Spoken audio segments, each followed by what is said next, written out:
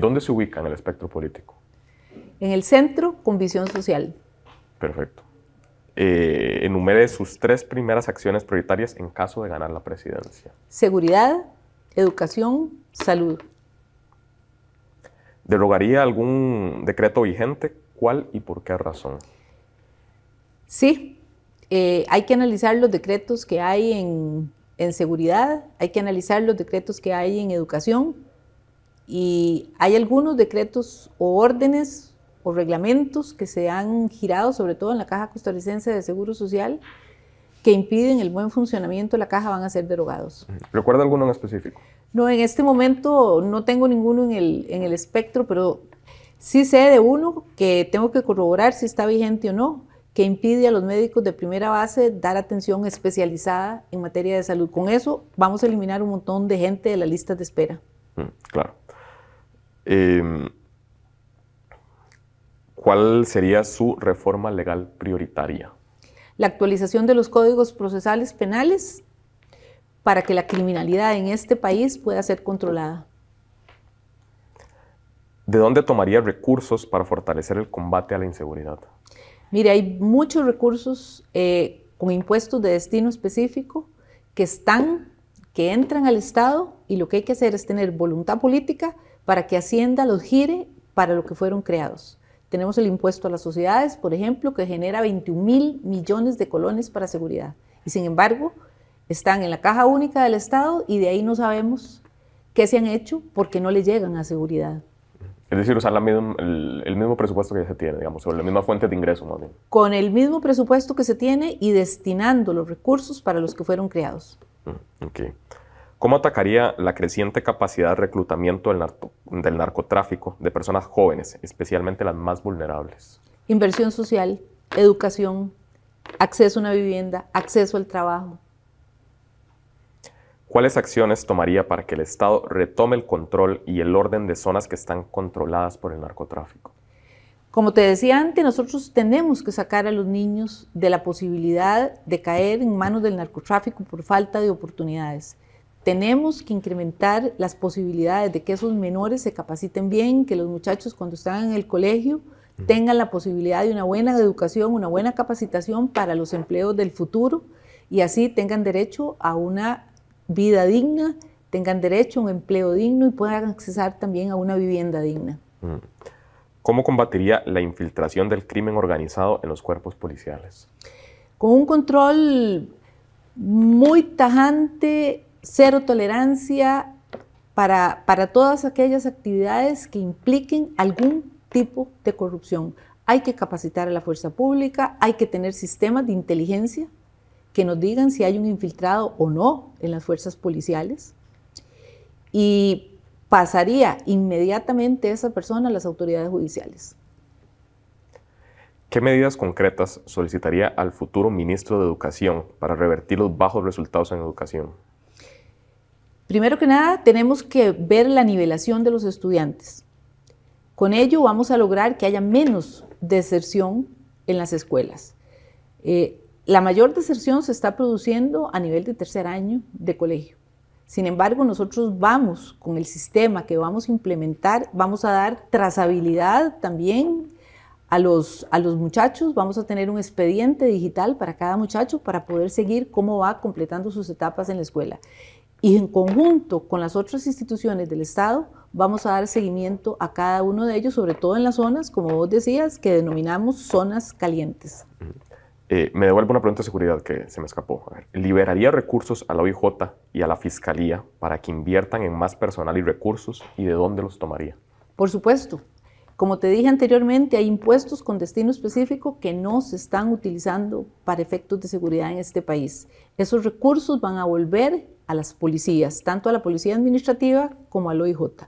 Al OIJ hay que dotarlo de recursos. Es la única policía que en este momento nos está dando efecto en la lucha contra el narcotráfico. Hay que fortalecerla y hay que fortalecer y poner nuevamente la Policía Administrativa en las calles para que cuiden a los ciudadanos. Costa Rica continúa sin destinar a educación el 8% del PIB que establece la Constitución Política. ¿Priorizaría un aumento de la inversión en este rumbo y cómo lo lograría? Por supuesto, imagínense que eso es un presupuesto constitucional que nosotros tenemos que cumplir. El lema mío es, llegó la ley, y la ley, eso significa que hay que cumplir la ley. Nosotros estamos diciendo en los diferentes foros donde vamos que no es que el presupuesto al 8% se va a reintegrar en un solo acto, porque eso sería causar un efecto económico en el país que podría ser complicado. Pero vamos a ir poco a poco garantizando que ese 8% llegue a la educación de este país, porque es donde creemos que está la verdadera riqueza del ciudadano. Ahí es donde nosotros tenemos que capacitar a los menores para sacarlos del narcotráfico, para que puedan tener un empleo digno, para que puedan tener una vida digna. Nosotros no podemos estar dejando a los muchachos ya sin educación, tanto en la educación formal como en la educación técnica. Y vamos a lograr que poco a poco vayamos poniendo recursos en el Ministerio de Educación, recursos que están en otros lados, impuestos con destino específico que también están creados para la educación de este país, para que vuelvan donde tienen que estar, que es educando los menores en este país. Actualmente, dentro del sistema educativo público, existen brechas tecnológicas y de acceso a la malla curricular completa. Es decir, no todos los estudiantes reciben clases de formación tecnológica y no todos los escolares tienen acceso al programa de estudios compuesto por materias básicas y especiales. ¿Cómo resolvería este tema de desigualdad educativa? Mire, absolutamente. En este país solo el 10% de las escuelas están recibiendo educación completa. Hay medios telemáticos. Existe lo único que necesitamos es buena conectividad. Necesitamos retomar las escuelas que sean seguras y que estén bien estructuradas. Por ejemplo, tenemos casi 1000 órdenes en las cuales las escuelas tienen que desalojarlas porque están en estados ruinosos, que no son sanas ni seguras para los menores. Todo eso lo vamos a volver a reinvertir y no utilizarlo para otras cosas en la educación de los muchachos. Como le digo, habrá zonas donde lo que vamos a necesitar es una buena conectividad y ahí van a recibir educación completa. ¿Impulsaría la creación, derogación o cambio de impuestos? ¿Cuáles? Y en caso de eliminarlos, ¿cómo sostendría los ingresos fiscales? ¿Eliminaría alguna exoneración en específico? Bueno, eso, la exoneración, hay que verla, hay que estudiarla, tenemos que verla con cuidado para los efectos que puede causar, porque eso genera muchas veces empleo. Hay que hacer un balance de cuánto ganamos exonerando y cuánto perderíamos con las exoneraciones. A mí me parece que ahí hay que hacer un balance adecuado para ese tipo de actividad.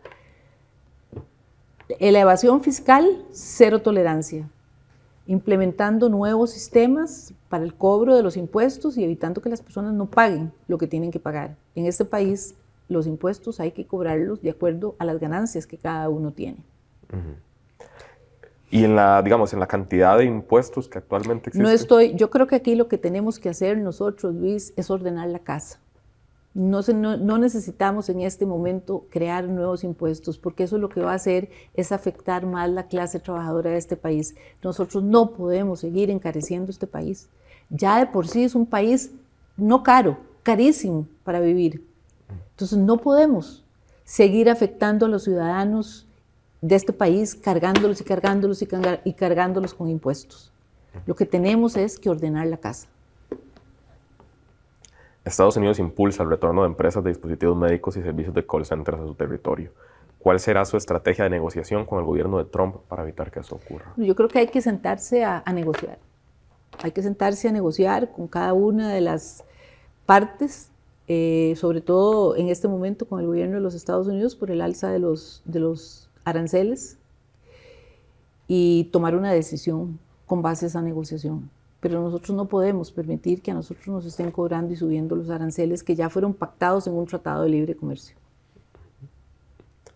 La inseguridad y el tipo de cambio están teniendo efectos negativos sobre el turismo. ¿Cuál es su estrategia para este sector económico y sus implicaciones en el empleo? El tema del turismo y el tipo de cambio es bastante fuerte, bastante complicado, pero nosotros tenemos en nuestro programa de gobierno, primero que nada, la seguridad, porque sin seguridad no hay turismo. Los turistas no van a venir a este país con la posibilidad de que sean asesinados. Ya lo han dicho muchos medios internacionales, se dijo en Estados Unidos, se dijo en Europa, y nosotros tenemos que arreglar la situación de seguridad. Por otro lado, el tipo de cambio, nosotros necesitamos tener seguridad jurídica, necesitamos un tipo de cambio estable en el país. ¿Está de acuerdo con la forma en la que el Banco Central está manejando el tipo de cambio de dólar, el tipo de cambio del dólar? Bueno, a mí me parece que el tipo de cambio hay que hacerle un ajuste. No un ajuste de llegar a los 700 que teníamos anteriormente, pero no bajarlo más, porque eso está causando problemas importantes en la economía de este país. Tiene que ser un cambio, un tipo de cambio, una fijación de tipo de cambio que sea más transparente. ¿Cómo planea reactivar la actividad económica de las empresas locales que carecen de incentivos fiscales para producir? Las pymes son una herramienta muy importante para reactivar la economía, para darle empleo a las mujeres, para darle empleo a los muchachos jóvenes. Nosotros estamos pensando además en los beneficios que puede tener una persona si está dentro de la formalidad, sacarlas de la informalidad para que puedan tener los beneficios de un crédito blando, ayuda, porque muchas veces se les da el crédito pero no se les enseña a cómo utilizarlo, cómo llevar las finanzas, cómo invertirlas. El acompañamiento del Estado en estos procesos va a ser importante para las pymes en este país. Además de eso, tenemos planteado en el programa de gobierno subvencionar el pago de la Caja Costarricense de Seguro Social por un año a las pequeñas empresas en un 50%. Okay. ¿Cómo va a atender el colapso vial? ¿Con cuáles recursos y cuál estrategia? Uno, implementar el teletrabajo. Ya lo vivimos en el tiempo de la pandemia, donde el teletrabajo era parte esencial de cómo se movía en ese momento toda la estructura del Estado y tuvimos buenos resultados. Nosotros vamos a implementar de manera segura ahora el teletrabajo. Por otro lado, es terminando las vías que necesiten ser terminadas. Tenemos un montón de tramos en este país que no han sido terminados y esa va a ser una prioridad. La infraestructura va a ayudar a una buena movilidad. ¿Impulsará un sistema de tren eléctrico? De ser afirmativa la respuesta, ¿qué tipo de proyecto impulsará? ¿Con el subsidio del Estado o sin el subsidio? Tiene que haber subsidio del Estado porque, de acuerdo a los estudios que hay, el costo del tren eléctrico es más alto que la cantidad de usuarios que se puedan tener. Eso por un lado. Habrá el impulso del tren eléctrico interurbano y tendremos que definir, con base en los estudios que hay y los proyectos que hay presentados, qué es lo mejor para los costarricenses. Hay un estudio que hemos estado analizando en el cual las vías internas no dan para un tren. Lo dijo el Colegio de Ingenieros, hay un informe del MOP en ese sentido, pero creo que deben tener certeza que escogeremos el mejor proyecto para los costarricenses. ¿Pero es ese proyecto un tren eléctrico? El proyecto del tren eléctrico, sí, interurbano, lo que no hemos todavía definido, porque tendríamos que escoger la mejor opción para el país, es el centro de la ciudad. Las calles nuestras son muy angostas. Si nosotros ponemos un tren eléctrico en las calles de San José, vamos a causar otro colapso. ¿Qué medidas específicas propondrá para evitar la quiebra de pensiones del IBM? El fondo del IBM es uno de los que más problemas tiene en este país, pero a veces uno piensa que la solución es difícil, pero la solución no es tan difícil. Lo primero que tenemos que hacer es que el Estado pague lo que le debe a la caja. Ahí hay fondos para el IBM. Con solo eso estaríamos por lo menos en un inicio solventando una quiebra inmediata de invalidez, vejez y muerte.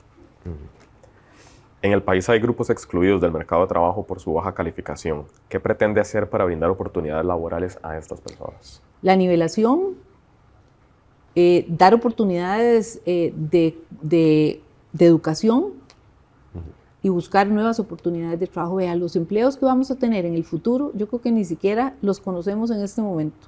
Tenemos que implementar sistemas donde las nuevas tecnologías sean la base de la educación de esas personas. Tenemos un país de gente inteligente, de gente culta, y eso es lo que tenemos que apuntar. Retomemos esa capacidad que teníamos en el país de darle prioridad a la educación y vamos a lograr jóvenes capaces de asumir los empleos en los años futuros. ¿Está de acuerdo con reducir las cargas sociales para impulsar el mercado laboral? ¿Cómo sustituiría los recursos que estas cargas sociales generan para instituciones de ayuda social? Bueno, en el caso de las pymes, ya le dije que estábamos pensando subvencionar el 50% para que estas personas puedan salir adelante. Nosotros no podemos pensar en la supresión de cargas sociales porque quebramos la caja. Y de eso no se trata. Así como estamos, yo creo que vamos bien. Hay algunos rubros que yo le he estado dando un poquito de vuelta. Por ejemplo, el Banco Popular. Cuando el Banco Popular se creó, nosotros dábamos un 1% para fortalecerlo. Pero actualmente el Banco Central, el Banco Popular, es un banco fuerte, establecido, tiene un buen capital. Y ese 1% que estamos pagando podríamos destinarlo o a la caja o a los fondos de invalidez, vejez y muerte o al régimen no contributivo, que es donde están peores las personas. Figúrese que hoy en el periódico y en la noticia salió que de 83,000 colones que están recibiendo ahora, lo que van a recibir son 73. Si ya 83 eran insuficientes, ahora imagínense 73,000 colones para una persona para vivir. Adultos mayores. Claro. La Defensoría de los Habitantes hizo un llamado a revisar la estructura institucional orientada a atender poblaciones vulnerables. ¿Está de acuerdo con el cierre o fusión de instituciones? Con el cierre no, pero sí se pueden fusionar algunas actividades que podemos estar realizando de manera doble. La deuda del Estado con la Caja ha crecido.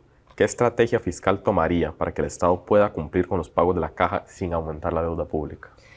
Nosotros lo que estamos pensando es hacer pagos plurianuales a la Caja. No se puede pagar igual que el 8% de la educación en un solo tracto, pero sí podemos pagarlos valga la redundancia, en pagos plurianuales, hasta saldar la deuda que se tiene con la Caja. Cite 3 medidas para reducir las listas de espera de la Caja, obviamente. 1, tenemos un proyecto en el cual vamos a utilizar un algoritmo genético en el cual las listas de espera entrarían en el sistema y el sistema mismo se encarga de buscar cuáles son los quirófanos, si fuera del caso, o las especialidades que estuvieran libres en algún momento cercano al lugar donde está la persona y ahí descongestionar las listas de espera. Segundo, hay que limpiar las listas de espera. En este momento creo que no sabemos cuánta gente efectivamente requiere de un tratamiento clínico urgente porque las listas no están depuradas. Y tercero, vamos a fortalecer los EBAIS y vamos a hacer medicina telemática. En la lista de espera ha estado influyendo la renuncia a especialistas. ¿Cuáles son sus propuestas para solventar este problema? Nosotros lo que tenemos que hacer es traer la gente a la Caja, pagarle lo que deben ganar, porque el problema que tenemos es que los médicos especialistas se van, 1, porque no tienen instrumentos de trabajo, y 2, porque en realidad sus salarios están siendo subvalorados. Entonces se van al sector privado porque efectivamente ahí ganan más. Tenemos que hacer más atractiva la Caja para que vuelvan a trabajar con nosotros, que trabajen para las personas de este país. Este 2025, la norma del aborto impune tuvo una actualización con varios cambios. ¿Usted piensa mantener estos cambios? No, hay una ley que dice cómo se maneja eso.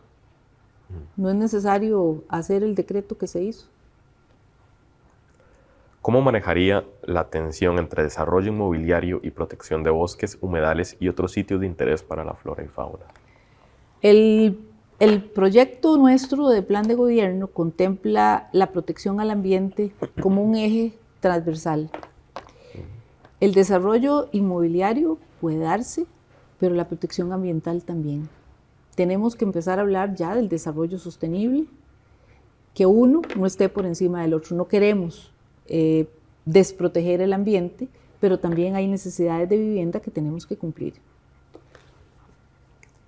¿Cree en los efectos del cambio climático? Por supuesto que sí. ¿Qué puede hacer Costa Rica para atenuarlos? Lo que se nos ha dicho durante mucho tiempo, cuidemos el ambiente, sembremos árboles. Por ejemplo, este es un país en el cual nosotros tenemos la gran bendición de que tenemos un clima excepcional. Y vea, San José, por ejemplo, todas las provincias, no hay árboles.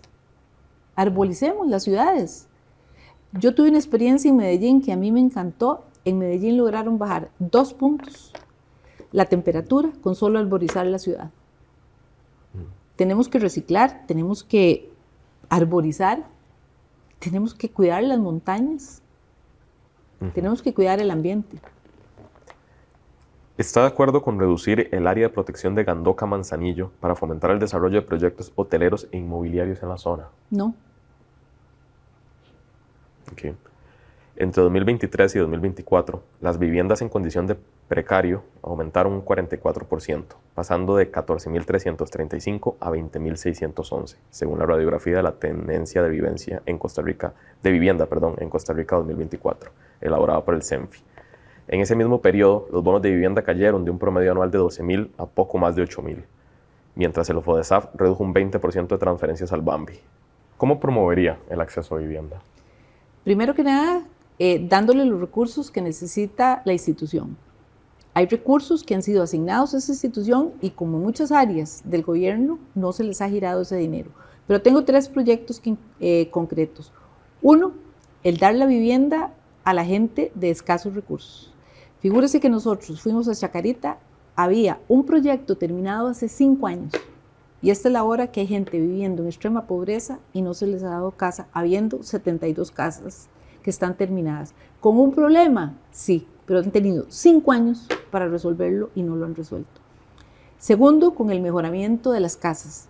A muchas personas le dan una casa de gente que tiene bajos recursos económicos y muchas veces no pueden arreglarlas. Entonces, en el proyecto de mejoramiento de casas va la casa, el barrio, la electrificación, íntimamente ligado todo con el tema de seguridad. Y tercero, el bono juvenil. Muchos muchachos no tienen acceso a una vivienda porque el enganche o lo que tengan que dar al principio para obtener una vivienda no lo tienen.